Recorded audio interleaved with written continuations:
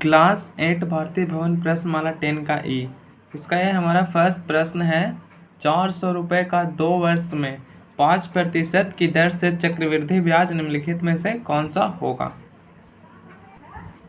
तो इसमें हमें मूलधन दिया हुआ है 400 रुपये और समय है 2 वर्ष। यहाँ पे यह हो गया मूलधन हमारा 400 रुपये मूलधन हो गया। इसी का हमें निकालना है 2 वर्ष में 5% की दर से चक्रवृद्धि ब्याज हमें ज्ञात करना है।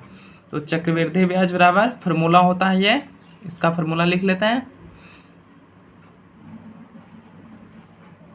चक्रवृद्धि ब्याज बराबर होता है मूलधन इंटू 1 प्लस दर बटा 100 और पावर में होता है समय और माइनस होगा मूलधन। तो यहाँ पे मूलधन हमारा 400 रुपये है, तो ये हो जाएगा हमारा 400 और इंटू 1 प्लस दर दिया हुआ है 5%, तो ये हो जाएगा 5 और बटा में हो जाएगा 100 और समय है 2 वर्ष, तो ऊपर में हो जाएगा 2 और ये माइनस में मूलधन है 400, तो ये 400 हो गया। अब यहाँ पे ये हमारा हो जाएगा 400 गुना, यहाँ पे इसका हम एलसीएम ज्ञात करेंगे, तो एलसीएम इसका आ जाएगा 100, तो ये यहाँ पे हो जाएगा 100 प्लस 5 और इसका स्क्वायर और माइनस में हो जाएगा 400। अब इसे हम लिख सकते हैं, ये हो जाएगा 400 गुना 100 5 105 हो जाएगा, तो ये 105 बटा 100 और ये इसका पावर 2 है, तो इसे हम 2 बार लिख लेंगे, तो ये हो जाएगा 105 और बटा में 100 और माइनस में यहाँ पे हो जाएगा 400, तो ये 2 शून्य से 2 शून्य कैंसिल हो जाएगा और यहाँ पे ये है ये 20 से 5 से 20 बार में कटेगा और ये 5 से 21 बार में कैंसिल हो जाएगा और ये 5 से 4 बार में और ये 5 से 21 बार में और ये हो जाएगा 4 से 4 कैंसिल, तो ये ऊपर में बच गया 21 गुना 21, तो इसे यहाँ पे लिखेंगे 441, 21 में 21 से गुना करेंगे तो 441 होगा और माइनस में है ये हमारा 400, तो ये आ जाएगा 441 में से 400 घटाएंगे तो 41 हमारा चक्रवृद्धि ब्याज आ जाएगा, ये इसका आंसर हो जाएगा। इसके बाद दूसरा प्रश्न है हमारा, गांव का एक साहूकार भूरा, यानी कि किसान को ही भूरा कहते हैं, तो गांव का एक साहूकार किसान को 25 रुपये चक्रवृद्धि ब्याज पर उधार देता है, यानी कि 25 रुपया मूलधन हो जाएगा, उधार देता है। यदि ब्याज 4 पैसे प्रति रुपये मासिक है और ब्याज मासिक देय हो तो 2 माह के पश्चात भूरा को निम्नलिखित में से कौन सी राशि लौटानी पड़ेगी। तो इस प्रश्न में दिया हुआ है मूलधन 25 रुपये, गांव का साहूकार यहाँ पे किसान को 25 रुपये चक्रवृद्धि ब्याज पर उधार देता है, यानी कि इसका मूलधन हो जाएगा 25 रुपये और यहाँ पे यदि ब्याज 4 पैसे प्रति रुपये मासिक है, यानी कि 1 महीना में 4 पैसे प्रति रुपये, यानी 1 महीना का ब्याज है और यहाँ पे 2 माह का समय दिया हुआ है, तो समय हो जाएगा 2 माह यहाँ पे और इसका दर हो जाएगा 4 पैसे प्रति रुपये, यहाँ पे इसका दिया हुआ है दर। तो इस तरह से इसका मिश्रधन ज्ञात करेंगे, तो मिश्रधन बराबर फार्मूला होता है मूलधन इंटू 1 प्लस दर बटा 100 और पावर में समय।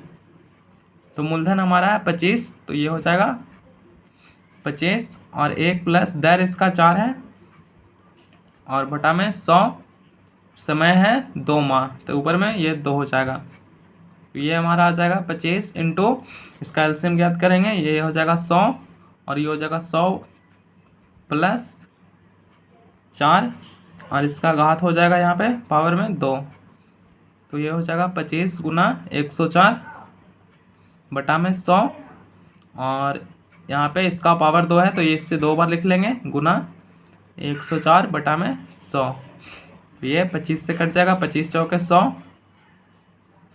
और 4 से इसे काट लेते हैं, 4 से 4 दूनी 8 और यहाँ पे 2 बचेगा, 2 4 4 6 24।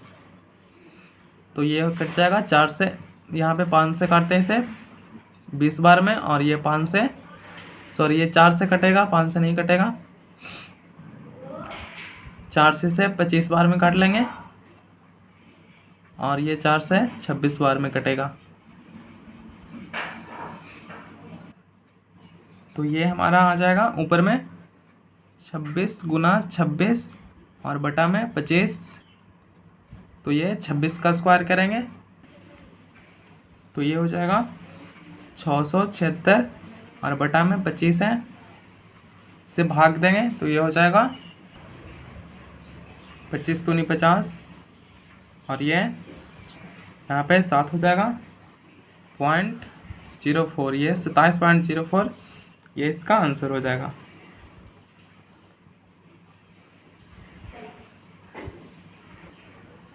अब ये हमारा थर्ड प्रश्न है, रिक्त स्थानों की पूर्ति कीजिए।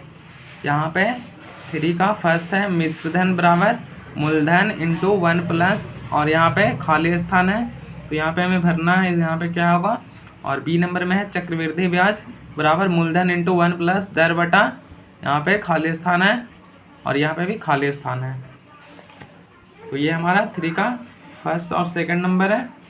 तो यहाँ पे हमारा हो जाएगा मिश्रधन का फार्मूला होता है मूलधन इंटू 1 प्लस दर बटा 100 पावर में समय, तो यहाँ पे हो जाएगा दर, इसे लिख लेंगे दर। और बी नंबर है चक्रवृद्धि ब्याज बराबर फार्मूला होता है मूलधन इंटू 1 प्लस दर बटा, यहाँ पे 100 हो जाएगा, और पावर में समय और माइनस में हो जाता है मूलधन, यहाँ पे 100 हो जाएगा, यहाँ पे मूलधन हो जाएगा।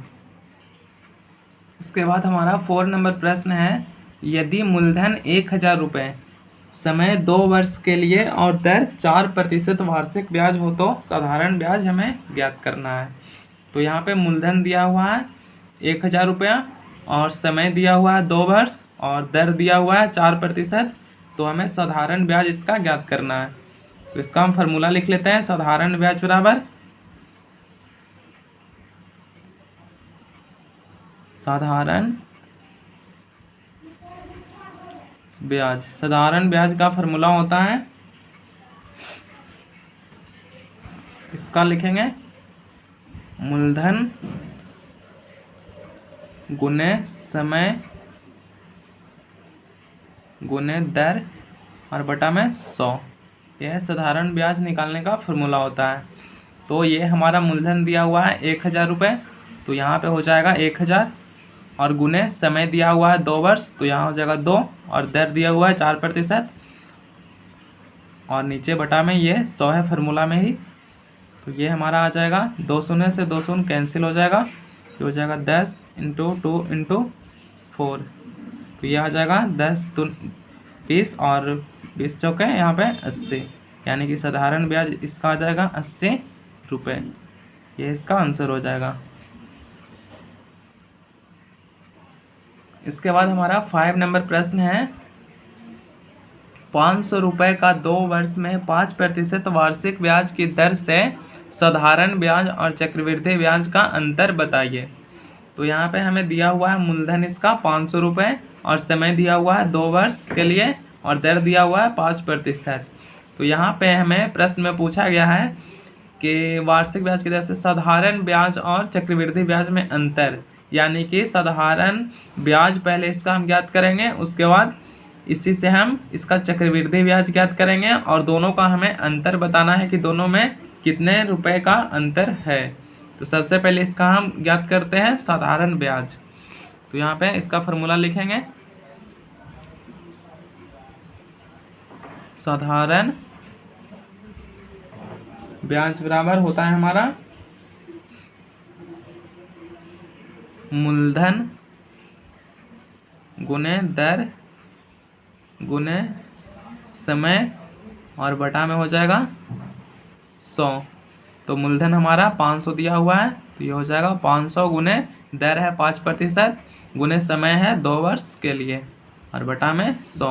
ये 100 से यहाँ पे 0 से 0 कैंसिल, तो ये आ जाएगा हमारा 5 गुना दो 25 25 दूनी 50, तो साधारण ब्याज आ गया हमारा 50 रुपये। अब हम यहाँ पे निकालते हैं चक्रवृद्धि ब्याज इसका। यहाँ पे इसका चक्रवृद्धि ब्याज, इसका फार्मूला लिख लेंगे।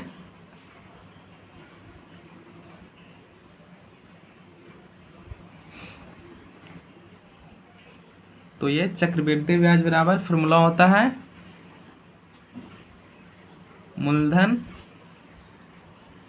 इंटू 1 प्लस दर बटा 100, और यहाँ पावर में समय रहेगा, और माइनस में हो जाएगा मूलधन।